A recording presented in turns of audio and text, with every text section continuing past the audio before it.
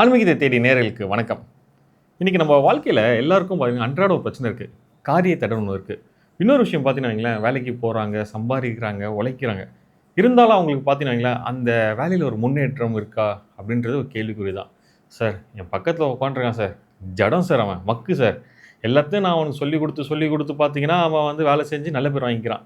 ஆனால் எனக்கு பார்த்தீங்கன்னா அந்த நல்ல பேருன்றதுக்கு வந்தாலும் பரவாயில்ல சார், அதை தாண்டி கெட்ட பேர் தான் சார் வந்து சேருது. ப்ரொமோஷன் வரும் எதிர்பார்த்துருந்தேன், வேலையில் ப்ரொமோஷன் வரல. சரி, ஒரு வீடு, வாடகை வீடு தான் சார். இந்த வீட விட்டு அடுத்த வீடு மாறலான்னு பார்க்குறோம். அந்த வீடும் கிடைக்க மாட்டுது சார். 2வது பார்த்தீங்கன்னா வைங்களேன், ஏதாவது மாத்தி, மாத்தி, மாத்தி ஒரு காரிய தடை வந்துட்டுருக்கு. தங்கச்சிக்கு கல்யாணம் வைக்கலாம் பார்க்குறோம். மாப்பிள்ளை தேடுறோம். ஒண்ணும் அமைய மாட்டுது சார். என்னதான் இது பிரச்சனை அப்படின்னும்போது, பார்க்காத ஜோதிடர் கிடையாது. எல்லாரும் பார்த்தீங்கன்னா, பொதுவா ஒரு விஷயம் சொல்றாங்க. "ஏம்பா இது வந்து பார்த்தீங்கன்னா, பித்ரு சாபம், பித்ரு தோஷம் இருக்கு உங்க இதுல. நீங்க போயிட்டு திலோமம் பண்ணிட்டு வந்துரு சரியாயிடும்ன்றாங்க." அப்படி சொன்னாங்கன்னும்போது ராமேஸ்வரத்தில போனோம். அங்க கேட்டா வந்து பேக்கேஜ்ன்றாங்க. என்னது இது பேக்கேஜ்ன்றீங்க? ஏதோ டூருக்கு போற மாரி. இல்ல சார், உண்மைதாங்க சொல்றோம். பேக்கேஜ்ன்றாங்க அப்படின்னு சொல்லி நீங்க சொல்றது புரியுதுங்க. எல்லாத்துக்கும் காரணம் பார்த்தீங்கன்னா, இந்த காரிய தடை ஆகட்டும், வேலையில நீங்க சொன்னீங்களே, இந்த பிரச்சனைகள காரணம் பார்த்தீங்கன்னா, பித்ரு சாபம், பித்ரு தோஷம். இது எங்க தெரியும்னு பார்த்தீங்கன்னா, நம்ம ஜாதகத்தில 1ஆம் இடம், 5ஆம் இடம், 7ஆம் இடம், 9ஆம் இடம். இந்த 4 வீடியும் பார்க்கும்போது பார்த்தீங்கன்னா, பித்ருதோஷம் இருக்கா இல்லையான்னு தெரிஞ்சுக்கலாம். அதுவும் குறிப்பா பார்த்தீங்கன்னா வந்து சந்திரன் ராகு, சூரியன் கேது, சந்திரன் கேது. இதெல்லாம் சேர்ந்து இணைவா இருக்கும்போது பார்த்தீங்கன்னா வந்து, இந்த பித்ருக்கான தோஷம்ன்றது ஜாதகத்தில இருக்கும். சரி, இத போக்குறதுக்கு என்ன வழி அப்படின்னு பார்க்கும்போது பார்த்தீங்கன்னா, இன்னைக்கு எல்லாருமே பார்த்தீங்கன்னா, திலோமம் பண்ணுன்னு சொல்றாங்க. திலோமம் பண்றதுன்னு பார்த்தீங்கன்னா, சில வழிமுறைகள் இருக்கு, நியமங்கள் இருக்கு. அது என்னன்னு பார்த்தீங்கன்னா வைங்களேன், இப்ப நீங்க ஒரு திலோமம் பண்றீங்க அப்படின்னும்போது, உங்க தலைமுறையில இருக்காங்கல்ல, சித்தப்பா, பெரியப்பா, மாமா அந்த மாரிலாம் இருக்காங்கல்ல, குடும்பத்தில இருக்கவங்க எல்லாரையும் மொத்தமா போய் தான் நீங்க திலோமம் பண்ண முடியும்.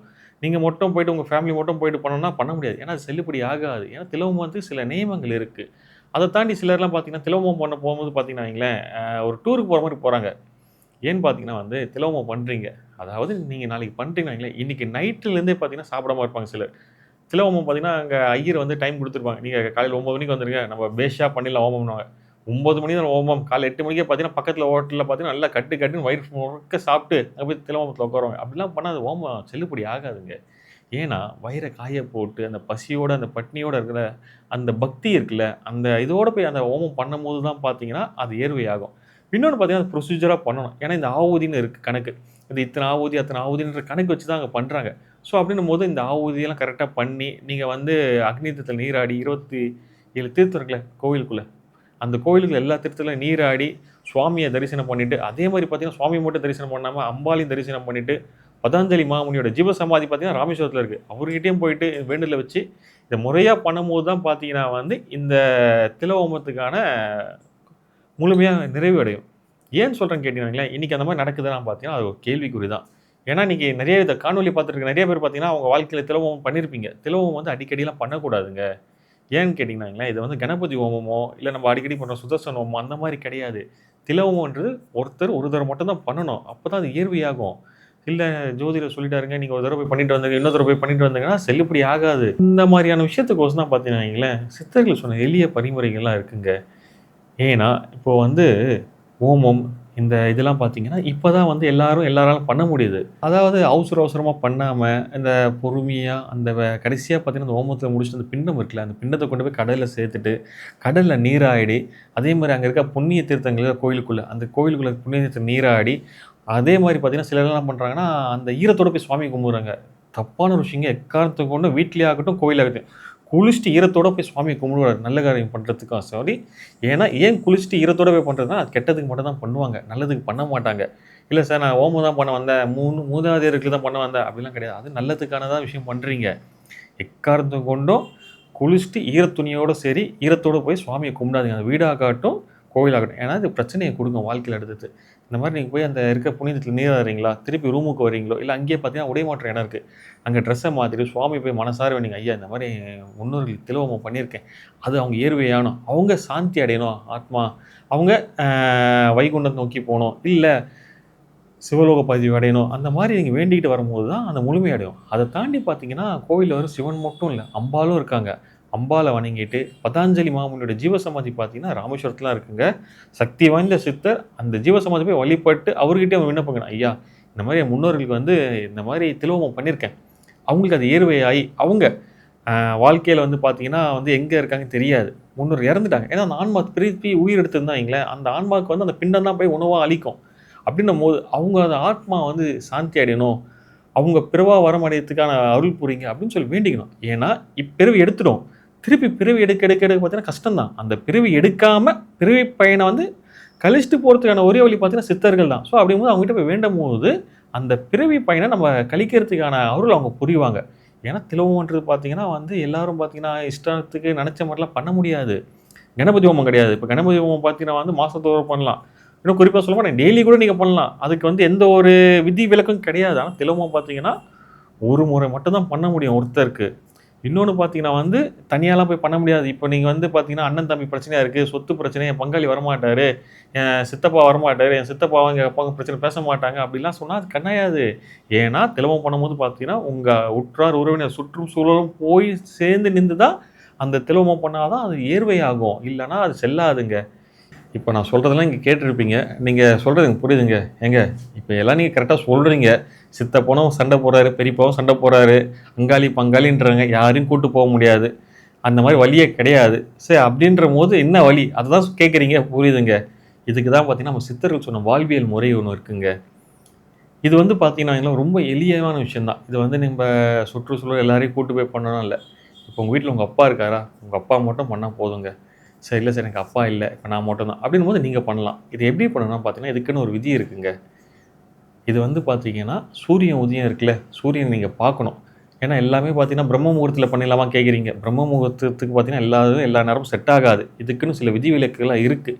ஏன் சொல்றேன்னு கேட்டீங்கன்னா, அமாவாசை அன்னைக்கு சூரியன் உதயம் ஆகும்ல, சூரியன் உதயம் ஆகும்போது பார்த்தீங்கன்னா வந்து ஓடுற தண்ணி இருக்குல்ல, ஆறோ, இல்ல ஏரியோ, இல்ல கடலோ, "சார் எங்க ஊர்ல இதெல்லாம் எதுவுமே கிடையாது சார். வெறும் குளம் மட்டும் தான் இருக்கு." "சரி இருக்குதா? சந்தோஷம். பழையமான சிவன் கோயிலா இருக்கா பாருங்க. சிவன் கோயில் குளமா இருந்தாலும் பரவால்ல, தப்பில்ல."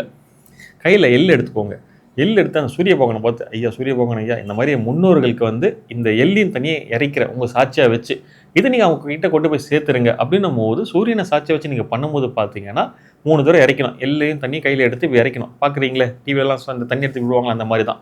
ஸோ அப்படிங்கும்போது நீங்க பண்ணும்போது பார்த்தீங்கன்னா, உங்க மனசுல வந்து என்னென்ன விஷயம் இருக்கோ, அதாவது யார் யார நினைச்சுக்கிறீங்களோ, உங்க முன்னோர்கள், அப்பா, அம்மா, தாத்தா, பாட்டி, உங்க பக்கத்து வீட்டுக்காரரு, சொந்தக்காரரு, நீங்க வீட்ல வளர்த்த நாய்க்குட்டி, பூனைக்குட்டி, வீட்ல இந்த மாடு, பூனை, அத தாண்டி உங்களுக்கு தெரிஞ்சவங்க, இல்ல யாரோ ஒருத்தவங்க வந்து பார்த்தீங்கன்னா, ஃப்ரெண்டோட அம்மா, ஃப்ரெண்டோட அப்பா, உங்க ஃப்ரெண்டாகவே ஆகட்டுமே, எல்லாருக்கும் சேர்ந்து பண்ணலாம். தப்பு கிடையாது. இது வந்து எல்லா ஆன்மாவுக்கும் பொது தான் இது.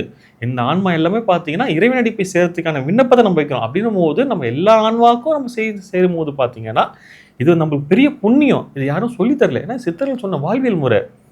ஏன் சார் நீங்க சொல்றீங்க, இப்ப ஐயர்லாம் வச்சு பூஜை பண்ணலாம்னு சொல்றீங்க. எல்லாம் கரெக்ட்டுங்க. இப்ப இந்த ஐயர் பூஜை முறைலாம் எப்போ வந்தது? ஒரு 100 வருஷத்துக்கு முன்னாடி பார்த்தீங்கன்னா, எல்லாரும் எல்லாரும் பண்ண முடியாது. ஏன்னா, நம்ம சமுதாயம் பார்த்தீங்கன்னா, ஒரு ஜாதி கட்டமைப்பில இருந்தது.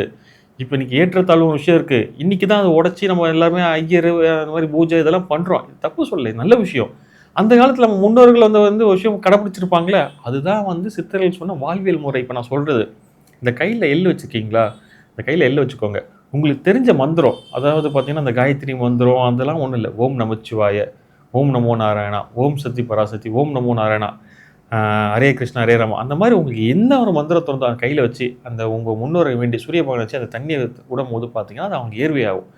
ஏன் சொல்றேன்னு பார்த்தீங்கன்னா, இந்த மாரி நீங்க பண்ணாலே போதும். திலோமம் பண்றதுக்கு சமம் இது. ஏன்னா, இது நான் சொல்லலைங்க. சித்தர்கள் வந்து இத சொல்லி வச்சுட்டு போன ஒரு விஷயம். அத நான் உங்ககிட்ட சொல்றேன். அவ்வளதான். இன்னொரு விஷயங்க. சார் இப்போ வந்து பார்த்தீங்கன்னா, நீங்க சொல்றது எல்லாம் கரெக்ட்டு சார். எனக்கு எங்க அப்பா இருக்காரு. ஆனா, அவரு பார்த்தீங்கன்னா வந்து இந்த மாரி விஷயத்துக்குலாம் வரவே மாட்டாருங்க. அவர் கோயிலுக்கு வான்னா கூட வரமாட்டாருங்க. கேட்டா கோயிலுக்கு போனா சாமி நம்மளுக்கு என்ன பண்ணிடும்? சாமி எனக்கு என்ன குடுத்துருச்சு? எனக்கு எதுவுமே செய்யலையே சாமி. நான் ஏன் போய் சாமிய கும்பிடணும்? அப்படின்னு விதண்டாவதமா பேசுவாரு. அவரு இன்னும் குறிப்பா சொல்லப்போனா வைங்களேன், எங்க பாட்டிக்கு வந்து எங்க அப்பா வந்து தர்ப்பணம் குடுக்குறாருங்க. ஆனா எங்க அப்பாவுக்கு பண்ண மாட்றாரு. ஏன்னு கேட்டா, எங்க அப்பா என்ன சின்ன வயசுலயே வந்து பார்த்தீங்கன்னா, என்ன கொடுமைப்படுத்தினாரு. என்ன வேலைக்கு அனுப்பிச்சுட்டாரு. இன்னும் சில குடும்பத்தில பார்த்தீங்கன்னா, எங்க அப்பா சின்ன வயசுலயே என்ன விட்டு இன்னொரு பொண்ண கூட்டிட்டு போயிட்டாரு. நானும் எங்க அம்மாவும் கஷ்டப்பட்டு வளர்த்தோம். அப்படின்னும்போது நான் ஏன் அவருக்கு குடுக்கணும்? அந்த மாரிலாம் சில குடும்பங்கள்ல இன்னைக்கும் வந்து இருக்கு. ஸோ அப்படின்றவங்க பார்த்தீங்கன்னா, அப்பா வந்து குடுக்க மாட்றேன்றாரா? ஏன்னு சொல்றேன் பார்த்தீங்கன்னா வைங்களேன், அப்பா இருக்கும்போது பார்த்தீங்கன்னா, பையன் வந்து போயிட்டு தர்ப்பணம் குடுக்கக்கூடாது. ஏன்னா, இதுதான் வந்து வேதங்களாகட்டும், ஆகமங்களாகட்டும் தடுக்குது. ஏன்னா, அத்தாரிட்டி நம்ம கிடையாது. இப்போ உங்களுக்கு அப்பா இருக்காரா? அப்படின்னும்போது அப்பா தான் போய் குடுக்கணும். வேற யாரும் போய் வந்து இன்னும் குறிப்பாக சொல்ல போனால் வைங்களேன், என்கிட்ட ஒரு கிளைண்ட் வந்தார். ஐயா இந்த மாதிரி ஜாதகம் பார்க்கணும் இந்த மாதிரி விஷயம் சொல்லும்போது அவர் விஷயம் சொல்லியிருந்தார். ஏங்க இவ்வளோ கஷ்டமாக இருக்குது, நல்லா தான் இருக்குது உங்களுக்கு நேரம்லாம். இல்லைங்க எங்கள் அப்பா வந்து பார்த்தீங்கன்னா எங்கள் தாத்தாவுக்கு வந்து திதி கொடுக்க மாட்டுறாரு, எங்கள் பாட்டிக்கு கொடுக்குறாங்க. ஏங்க கேட்கும்போது, இல்லை அவரோட அப்பா வந்து அவருக்கு கொடுமைப்படுத்தினார், அதனால் வந்து அவர் கொடுக்க மாட்டேன்னு சொல்லிட்டாரு அப்படின்னும் போது, ஒரு ஜாதகத்தை வந்து ஒரு பிரபலமான ஒரு ஜோதிடரை பார்த்துருக்காரு. அவர் என்ன பண்ணியிருக்காரு, பரவாயில்லப்பா அப்பா தான் கொடுக்கல, நீ போய் கொடுத்துருவா, எங்கன்னா நம்ம திருவாண்டரத்தில் இருக்க பத்மநாப சுவாமிகள் போய் நீ திரி கொடுத்துருவான்னு சொல்லியிருக்காரு. ஸோ இவரும் வந்து இவர் சொல்கிறாரு அப்படின்னு போய் திரி கொடுத்துட்டு வந்துட்டார். கொடுத்து வந்து முடிச்சோன்னா பார்த்தீங்களேன், பட்ட கஷ்டம் இருக்குல்ல, உண்மையாக சொல்ல போனாங்களேன், அந்த ஃபேமிலி வந்து ஒரு தப்பான முடிவுக்கு போல அவ்வளோ கஷ்டத்தை அனுபவிச்சிட்டாங்க.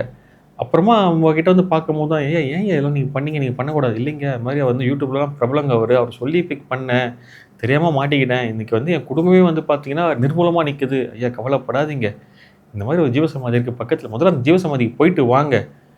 அப்புறம் வந்து நான் உங்கள் விஷயம் சொல்லும்போது அவங்க போயிட்டு வந்தாங்க. அதுக்கான விஷயங்கள்லாம் சொன்னேன். என்ன விஷயம் தான் கேட்குறீங்க?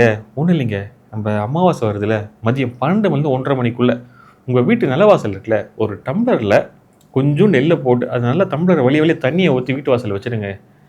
அந்த தண்ணி என்ன பண்ணுறீங்களா, 1:30 மணிக்கு மேலே எடுத்து செடியில் ஊற்றிடுங்க. குறிப்பாக ஒரு விஷயம் நோட் பண்ணுங்க, அந்த தண்ணி டம்ளரில் வைக்கிறீங்களா, டம்ளரோ இல்லை பித்தளை சொம்பில் தண்ணி வைக்கிறீங்களா, ஃபுல்லாக வழிய வைங்க.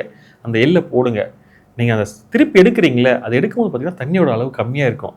இன்னும் சில வீட்டில் வந்து பார்த்தீங்கன்னா வந்து, சார் எங்கள் வீட்டில் வந்து டெய்லியும் எங்கள் அம்மா ஒரு சாம்பார் வைப்பாங்க சார், அந்த அம்மாவோட சாம்பார் சுவை தெரியும். இப்போ நீங்கள் சொன்னீங்களே இந்த எள்ளு தண்ணி வீட்டு வாசலில் வைங்கன்ட்டு, அன்றைக்கி பார்த்தீங்கன்னா எங்கள் வீட்டோட சாப்பாடு டேஸ்ட்டு பார்த்தீங்கன்னா வேறு லெவலுங்க. என்ன சொல்கிறதுன்னு தெரியல. எங்கள் அம்மா வந்து எப்படி இந்த அளவுக்கு சூப்பராக சமைச்சாங்கன்னே தெரியல அப்படின்றத சொல்லியிருக்காங்க. ஏன்னு பார்த்தீங்கன்னா அந்த தண்ணியோட அளவு குறையுதுல அப்படின்னும் போது உங்கள் பித்ருக்கள் உங்கள் வீட்டில் வந்து வாசம் செஞ்சு அவங்களுக்கு நீங்கள் படையல் வச்சுருப்பீங்களே, அந்த சாப்பாடை வந்து அவங்க வந்து அதை பார்த்துட்டு இது பண்ணிட்டு போவாங்க. அப்படின்னும் போது அந்த உணவோட சுவை கூடும். ஏன் சொல்கிறேன்னு விஷயம்னு பார்த்தீங்கன்னா வைங்களேன், நீங்கள் வந்து உங்கள் வீட்டோட சாப்பாடு சுவை என்னன்றது உங்களுக்கு தெரியும். அந்த சுவையை வந்து பார்த்தீங்கன்னா அது வந்து ஒரு அனுபவம் தான் இது. இதை வந்து நான் சொல்லிட்டேன்னா வைங்களேன் உங்களுக்கு புரியாது. இந்த அமாவாசை அன்னைக்கு பார்த்தீங்கன்னா ஆடி அமாவாசை வருதுல்ல, இதை நீங்கள் வச்சு பாருங்கள். அதுக்கப்புறமா வந்து உங்கள் வீட்டோட அந்த சாப்பாடோட சுவை மாறுதா இல்லையான்னு நீங்களே சொல்லுவீங்க. ஐயோ இந்த மாதிரி சொன்னார், இந்த மாதிரி பண்ணோம், ஆனால் அந்த டேஸ்ட்ன்ற மாறிச்சு அப்படின்ட்டு கண் கூட நீங்களே பார்ப்பீங்க ப்ராக்டிக்கலாக.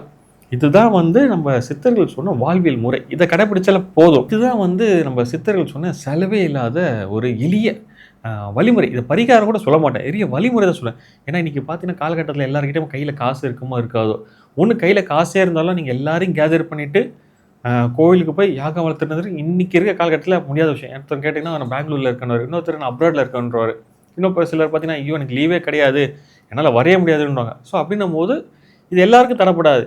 இப்போ பாதிக்கப்பட்ட அந்த குடும்பம் மட்டும் தான் தரப்படும். அப்படின்னும் போது அவங்க எல்லாரும் காலில் விழுந்து கூப்பிட்டு கெஞ்சி கூட்டணிலாம் வர்றதுக்கான காலமே கிடையாது. இந்த விஷயத்த ஃபாலோ பண்ணுங்கள். உங்கள் வாழ்க்கை பார்த்தீங்கன்னா மேலும் மேலும் இந்த காரிய தடின்னு சொன்னல முந்தையே சொன்ன மாதிரி இதெல்லாமே கண் கூட விலகிறத நீங்கள் பார்ப்பீங்க. வாழ்க்கையில் ஜெயமே உண்டாகுங்க. ஆன்மீகத்தை தேடி உள்ளம் தெளியும் வழி, இறைவன் அருளின் ஒளி.